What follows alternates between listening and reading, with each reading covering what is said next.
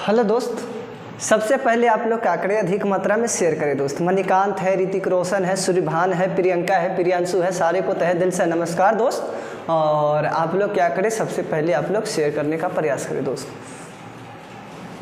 बिल्कुल बिल्कुल इतना शेयर करें कि शेयर करते करते आपका मोबाइल का जो डाटा होता है वो डाटा अच्छी तरह से समाप्त हो जाए, सिर्फ शेयर करते करते। तो आज हम लोग पढ़ेंगे मेवाड़ राजवंश। आज पार्ट 2 है। आज दोस्त पार्ट 2 है। और जो व्यक्ति किसी कारणवश से नहीं जुड़ पाए थे तो इसी चैनल पे वीडियो पड़ा है और उस वीडियो को देखने का प्रयास करेंगे दोस्त। अब बात अच्छी तरह से समझना है। और जिन व्यक्ति को अगर PDF खुद का लिखा हुआ लेना चाहते हैं तो 9503755827 पर कॉल करें और वहाँ से आपको मेरा टीम PDF प्रोवाइड करा देगा। और अच्छी तरह से आप लोग क्या करें, मन लगाकर पढ़ें, ताकि जब लोग बदल सकते हैं तो आप क्या चीज़ हैं दोस्त। तो चला, मेहनत करना पड़ता है, मेहनत करना पड़ता है, कुछ पाने के लिए कुछ तो करना पड़ेगा, ये बात ध्यान देना है। चला, और आज मेवाड़ राजवंश को पढ़ेंगे और पार्ट 2 पढ़ेंगे। और कोई व्यक्ति जो है किसी कारणवश से नहीं जुड़ पाए हैं तो इसी चैनल पे वीडियो मिल जाएगा और वहाँ से आप लोग पढ़ने का प्रयास करेंगे, तभी समझ में भी आएगा। ये बात ध्यान देना है।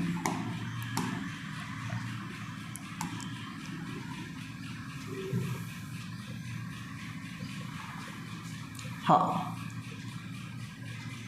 आज पढ़ेंगे राणा सांगा। राणा सांगा, राणा सांगा को अच्छी तरह से समझना है।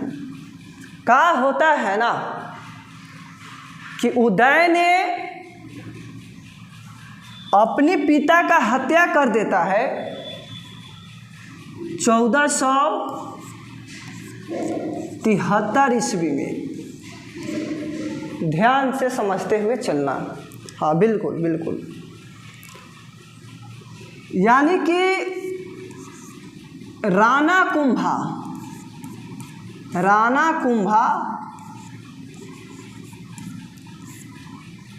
को 1473 में हत्या कर देता है।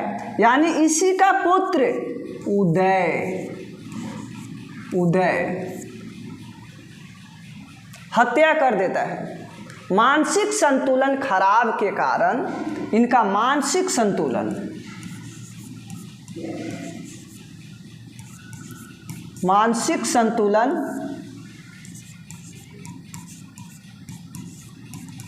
खराब हो जाता है बुढ़ापा में, वृद्धावस्था में। तो उदय ने तन्नी सुन पल के लिए अपना पिता का हत्या कर देता है। ध्यान से समझना दोस्त, इतिहास है। जब बेटा अपने पिता का हत्या करता है ना तो ये युग बदल जाता है पार्टनर।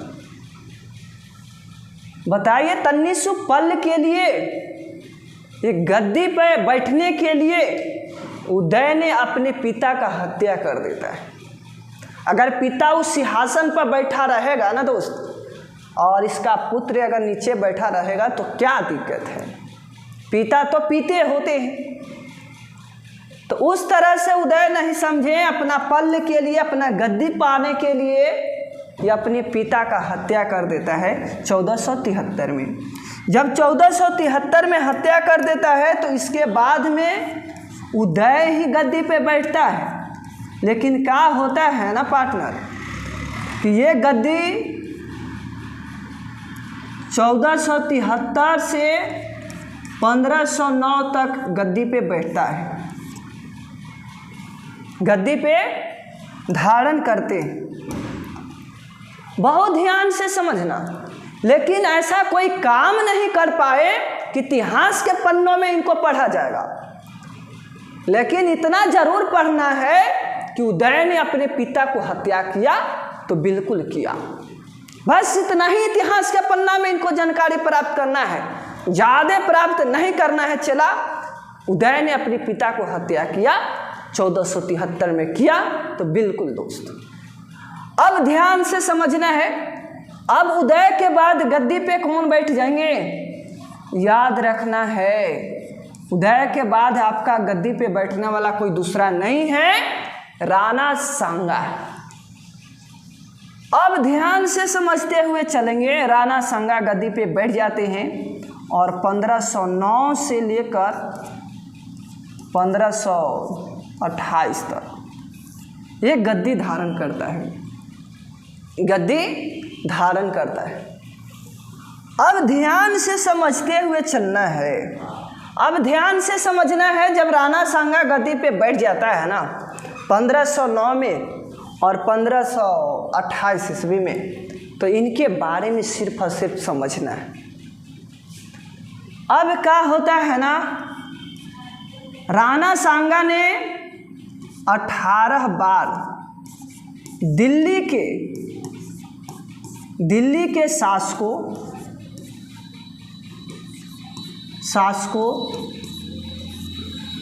और मालवा के शासकों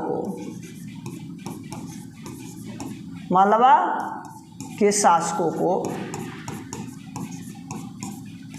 पराजित किया। 18 बार दिल्ली के शासकों को और मालवा के शासकों को पराजित किया, आपका राणा सांगा जी ने किए थे। और ध्यान से समझना है, यहाँ क्या होता है ना, अच्छी तरह से समझते हुए सारी बात चलेंगे। इनके शरीर में 80 घाव था, राणा सांगा के शरीर में 80 घाव था। और ध्यान से समझते हुए चलेंगे। अब क्या होता है ना, इनके एक आँख, एक पैर, एक हाथ नहीं रहते हुए भी कोई युद्ध में ललकारे, तब पर भी इन्होंने लड़ाई प्रारंभ कर देते थे। ऐसे हैं राणा सांगा। इनको योद्धाओं का भग्नावेश कहा जाता है, ये ध्यान दीजिएगा। भग्नावेश कहा जाता है, योद्धाओं का भग्नावेश कहा जाता है आपका राणा सांगा को। अब ध्यान से समझना है, 80 को शरीर में घाव रहते हुए भी, एक पैर, एक आँख, एक हाथ न रहते हुए भी इन्होंने अपना युद्ध अच्छी तरह से लड़ते थे। अब क्या होता है ना, मंत्री का नाम याद रखना है। मंत्री, इनके दरबार में सैनिक मंत्री, उसका नाम है सामंत, नाम है सामंत नाम है। अब क्या होता है ना, राणा सांगा ने युद्ध लड़ता है। युद्ध कब लड़ते हैं? 1527 ईस्वी में, खानवा का युद्ध,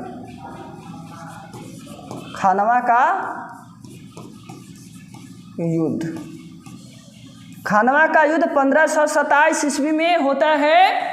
किसके किसके बीच होता है चेला, ये हो जाए, ये होना बहुत जरूरी है। आपका एक दने कोई दूसरा नहीं था, राणा सांगा था, और दूसरा दने आपका कौन थे? तो याद रखना है, बाबर था। ये जो है ना, खानवा का युद्ध को क्या कहा जाता है? युद्ध को धार्मिक युद्ध कहा जाता है। धार्मिक युद्ध कहा जाता है। और यही युद्ध में, इसी युद्ध में बाबर गाजी की उपाधि धारण करता है। हाँ, गाजी की उपाधि, गाजी की उपाधि धारण करते हैं आपका बाबर ने। अब ध्यान से समझना है, इस प्रश्न पूछता है कि खानवा का युद्ध 1527 ईस्वी में हुआ था। पान खा चल घर, हाँ, पान खा पानी पी चल घर, यानी कि 27, 28, 29, 30 और यहीं तक रहता है। बाबर फिर चले जाते हैं। हाँ, बिल्कुल बिल्कुल। खाना खाया बाबर गया। ये सब धीरे धीरे मुगल साम्राज्य पढ़ाएंगे ना, वहाँ से फिर सारे को बताएंगे। अब इतना जरूर रखना है याद कि बाबर, राणा सांगा और बाबर के बीच खानवा का युद्ध लड़े थे, जेकरा में इस खानवे के युद्ध को हम लोग धार्मिक युद्ध कहा जाता है। आगे समझना है, प्रश्न पूछता है, बहुत बढ़िया से पूछता है कि राणा सांगा खानवा के युद्ध में मारा गया था कि नहीं गया था। तो कहेंगे कि नहीं, मारा खानवा का युद्ध में नहीं गया था। इनको मंत्री है ना, सामंत ने जहर घोर दिया था। जहर घोल कर पिला दिया था, पिला दिया था। और इसी के कारण राणा सांगा की मृत्यु हो जाता है, मृत्यु हो जाता है। यहाँ तक आपको समझना इज वेरी, बहुत अच्छी तरह से समझ में आ गया होगा। अब बात ध्यान देना, इस युद्ध में नहीं मारा गया था, सामंत ने, इसका मंत्री ने ही जहर घुलाकर पिला दिया और उस बंदा को मृत्यु हो गया। अब क्या होता है ना, तन्नी सुन और समझते हुए चलना है। ये है आपका विजयनगर। ये क्षेत्र आपका बहमनी, बहमनी साम्राज्य,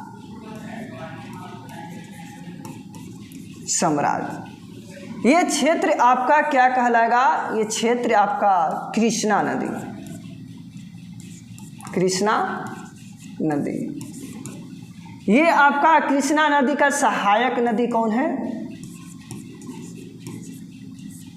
तुंगभद्रा, तुंगभद्रा नदी। अब ध्यान से समझते हुए चलना है। ये जो है ना, ये आपका गुजरात है, ये आपका दिल्ली है। दिल्ली वाला क्षेत्र, यहाँ हुमायूं का शासन चल रहा था, है ना, हुमायूं।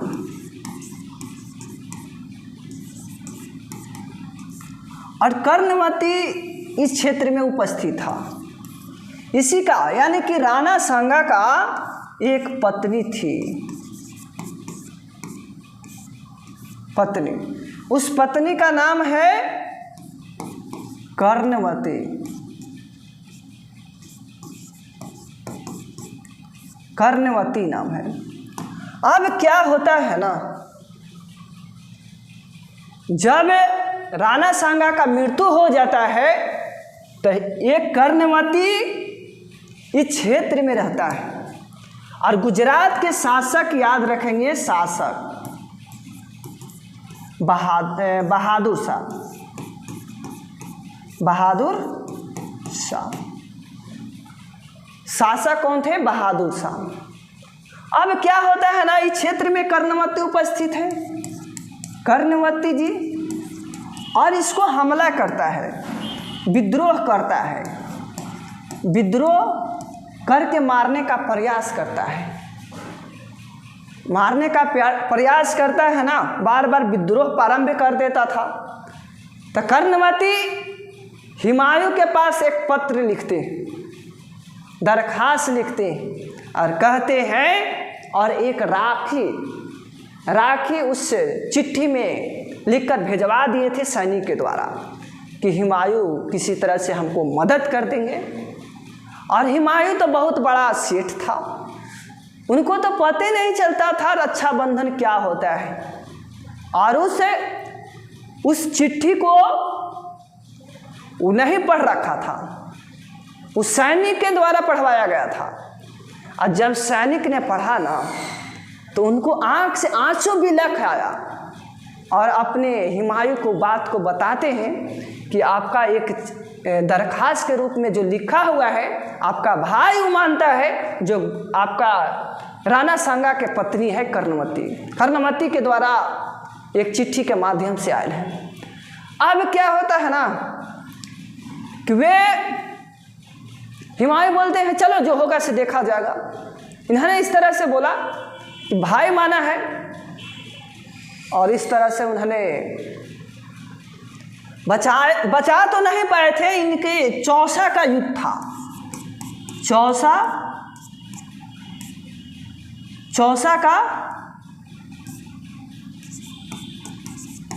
का युद्ध था, यानी कि चौसा का युद्ध में बिजी थे, लड़ाई को अच्छी तरह से लड़ने के लिए रेडी हो रहे थे, यानी कि बिजी इसमें थे। चौसा का युद्ध 39 में होल है, याद रखना है। अब जब बिजी हो जाते हैं ना, तो कर्णवती को बचा नहीं पाते।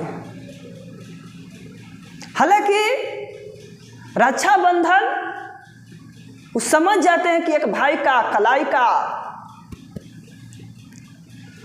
सजता है,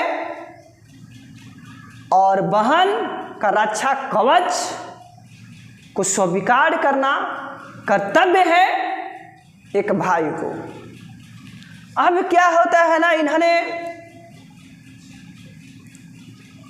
अच्छी तरह से बचा नहीं पाते हैं। बहादुर शाह हमला करके कर्णवती को भी मार देते हैं। जब मार देते हैं ना, तो हुमायूं को बढ़ जाता है खीस, और जब खीस बढ़ जाता है ना, तो वे आते हैं और अच्छी तरह से इनको बहादुर शाह को घसेट मारते हैं, क्योंकि शासक मजबूत था हुमायूं बहादुर शाह से। अब इसलिए उन्होंने मारा कि भाई माना, भाई का स्वरूप माना मेरे को, और तुम उसको मारा है, इसीलिए तो मारा है, तो बात समझना है। हाँ बिल्कुल बिल्कुल बिल्कुल, दिल्ली का क्षेत्र में ही था। और इतना ही रहने देते हैं दोस्त, ज़्यादा इससे ज़्यादा पूछता नहीं है। गाजी की उपाधि धारण किया था तो कहेंगे कि बिल्कुल आपका खानवा के युद्ध में ही गाजी का उपाधि धारण कर लेते हैं। और ध्यान देना है, यहाँ भी इम्पोर्टेंट प्रश्न बन जाता है कि खानवा का युद्ध किसके किसके बीच हुआ था, तो हम कहेंगे कि राणा सांगा और बाबर के बीच हुआ था। अब ध्यान देना है, कर्णवती का जान तो नहीं बचा पाए थे हुमायूं, लेकिन इतना तो जरूर किए कि इनको आकर मार दिए। जब कर्णवती को मारते हैं ना, तब उनको खिस बढ़ जाता है, और जब खिस बढ़ जाएगा तो कोई छोड़ेगा थोड़े नहीं, मार ही देगा ना। तो ये बात चलता है, और हुमायूं वहाँ से मारकर चले जाते हैं। तो इतना तो जरूर याद करना होगा, इतना चला याद करना इज भेड़ी, याद करना बहुत ज़रूरी है। तो थैंक्स दोस्त, अगर सेशन अच्छा लगा है तो चैनल को सब्सक्राइब कर दे, लाइक कर दे और अधिक मात्रा में शेयर कर दे। तो थैंक्स दोस्त।